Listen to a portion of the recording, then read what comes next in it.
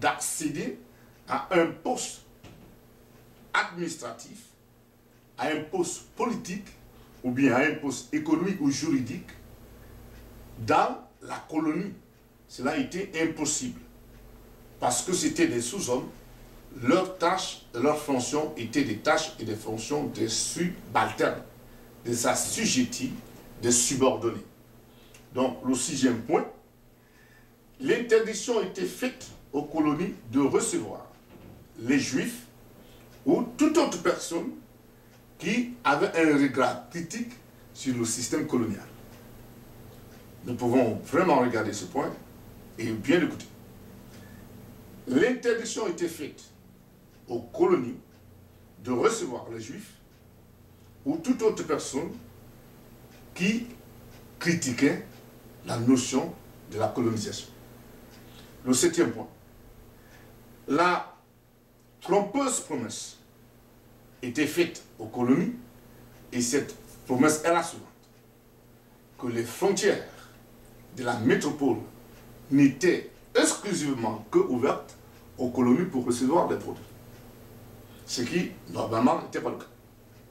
Si le système d'autonomie était appliqué, le système d'autonomie a été appliqué avant même le 19e siècle par les Romains qui ont été les premiers conquérants à établir, à fonder des colonies et à étendre leur domination, voire leur empire, sur presque tous les continents que nous connaissons aujourd'hui, sinon la majorité des continents que nous connaissons aujourd'hui. Dans ce système d'autonomie, la métropole accordait une autogestion des affaires de la colonie dans une quelconque mesure, dans le but d'entraîner la colonie à devenir indépendante, avec l'idée sous-jacente que la métropole va déraciner la culture de la colonie, va déstructurer les structures de la colonie, et à la place, la métropole va mettre ses propres structures, sa propre culture, et sa propre langue, et ses propres institutions. L'idée était la suivante. Comme la métropole voulait se multiplier, voulait que toute la terre lui appartienne, notamment la Grande-Bretagne, qui était presque un empire, proposait ce système à ses colonies dans le but de voir les territoires de la couronne se multiplier dans d'autres pays, d'autres continents. Ce qu'ils appelaient les départements d'outre-mer. Donc, à la longue, la colonie aura la même langue, la même culture, les mêmes institutions que la métropole. Si le système de l'assimilation était, quant à lui, accepté, c'était tout court et tout simple. La colonie était intégrée complètement dans la métropole. C'est-à-dire que la colonie représentait un territoire intégral de la métropole d'outre-mer. Donc là, les habitants de la colonie étaient devenus, étaient comme les habitants de la métropole, parce que la colonie devenait un prolongement d'outre-mer de la métropole. Voilà en quelque sorte l'idée politique qui régnait au XIXe siècle, tout au long du XIXe siècle, même jusqu'au prolongement du XXe siècle. Nous avons connu, et nous connaissons aujourd'hui, même au XXIe siècle, nous connaissons ces tendances-là. Maintenant, la dimension sociale en Europe au XIXe siècle, quelles étaient des relations sociales, quel était le pacte social en Europe au XIXe siècle. Mais nous allons tellement brosser ce qui nous concerne, c'est-à-dire que comment les habitants en Europe vivaient-ils au XIXe siècle? Quelle était leur relation? Avaient-ils de bonnes relations les uns les autres ou non? Alors, nous constatons que on peut ramener les habitants de l'Europe du XIXe siècle en deux grands groupes. Le premier groupe, c'est le groupe de ceux qui dirigent. C'est le groupe des capitalistes. Ils ont des moyens de production et ils ont des moyens financiers. Ce groupe est composé de les aristocrates, ceux qui avaient des propriétaires, ils sont des propriétaires terriens, fonciers. Il y a les bourgeois, ce sont des nouveaux riches, parce que ce sont des capitalistes industriels et même financiers. Il y a le clergé et les militaires. Voilà la classe dirigeante à cette époque-là. Et l'autre groupe, ce sont les démunis, ce sont les misérables, et ils sont la classe subalterne, qu'on appelle le prolétariat. C'est-à-dire, c'est des ouvriers pauvres dont la vie dépend uniquement et seulement de la vente de leur force physique ou intellectuelle au premier groupe, moyennant un salaire très, très misérable. Alors, voilà comment est-ce que l'Europe était au XIXe siècle repartie en deux grands groupes. Maintenant, quelle était la notion que les gens au XIXe siècle avaient de la nation en Europe? Comment est-ce que les gens expliquaient la notion de la nation en Europe au XIXe siècle? En Europe au XIXe siècle, la nation se confondait aux propriétés privées des bourgeois. Au XIXe siècle, quand on parlait de nation en Europe, les gens voyaient les territoires, les gens voyaient des biens qui appartenaient à une seule et même classe, la classe bourgeoise, tout court. Donc, leur propriété, leur possession était presque la nation, était l'État en un mot. Et l'armée avait pour fonction la défense, la protection de la classe dirigeante, de la bourgeoisie. Donc l'armée au XIXe siècle, en Europe, était dans le solde de la bourgeoisie au XIXe siècle. Bon voilà. Quelle est donc l'idéologie sociale de l'Europe du XIXe siècle? C'est-à-dire, quelle était la politique, la direction de l'administration européenne, de la société au XIXe siècle?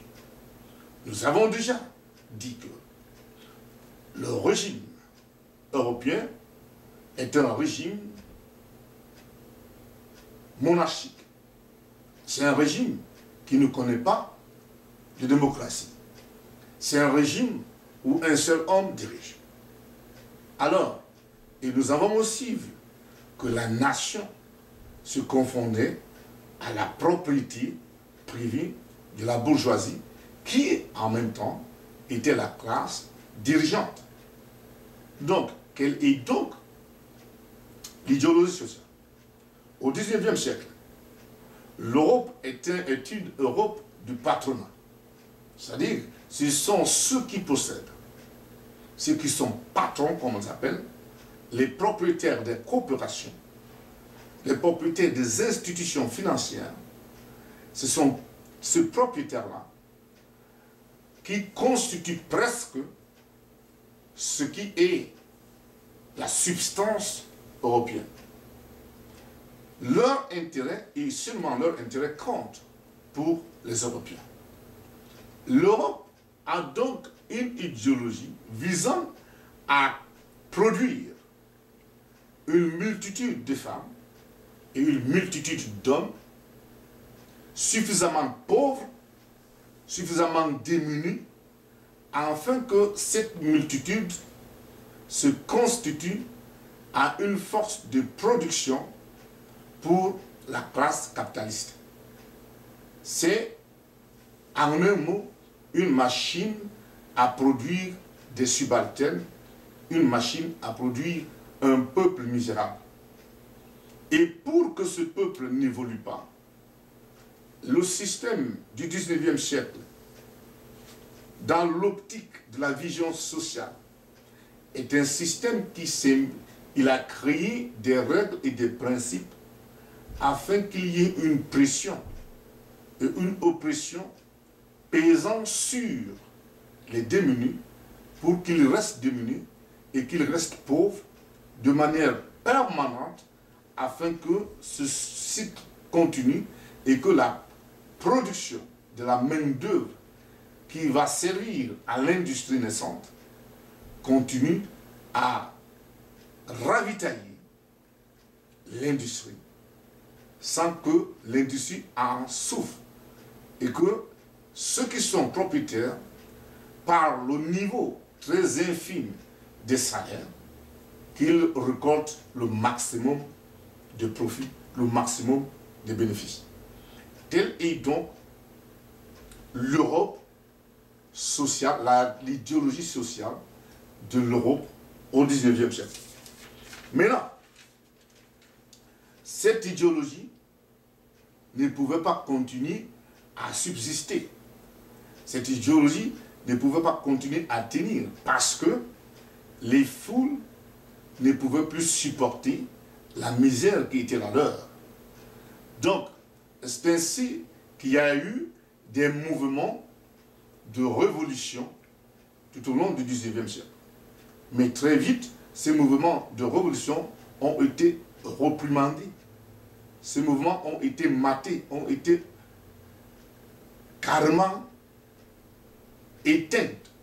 Pourquoi? Parce que si l'Europe laissait les mouvements révolutionnaires s'installer, la bourgeoisie allait donc perdre ses richesses, allait perdre son pouvoir. C'est pour cette raison que les gouvernements européens du XIXe siècle ont formé un bloc. Et ce bloc était là pour contrer tout soulèvement, toute revendication sociale, telle que le droit au travail, l'abolition du servage, tel que le suffrage universel. Il y a quelques droits élémentaires qu'une nation doit avoir. L'Europe n'a pas pu fournir cela entre guillemets, à ses citoyens. Mais au milieu et à la fin du XIXe siècle, la bourgeoisie, constatant qu'elle ne pourra toujours pas tenir face à la pression du prolétariat, c'est-à-dire des ouvriers, s'est emparée des revendications sociales. Pourquoi la bourgeoisie s'empare-t-elle des revendications sociales? Parce que la bourgeoisie constate que pour promouvoir ses intérêts, pour les protéger, il faut absolument qu'elle ait l'adhésion de la majorité de la population qui, aujourd'hui, ne peut plus supporter vivre dans la misère quasi totale. C'est ainsi que la bourgeoisie va s'emparer de revendications sociales et inventer une pièce, un mot qu'on appelle la démocratie électorale. Avec cette démocratie électorale, la bourgeoisie permet aux indigènes européens, nous utilisons le mot indigène ici, parce qu'on est en Europe, on n'est pas dans les colonies. Ça permet aux indigènes européens, par leur vote, de rallier les positions bourgeoises.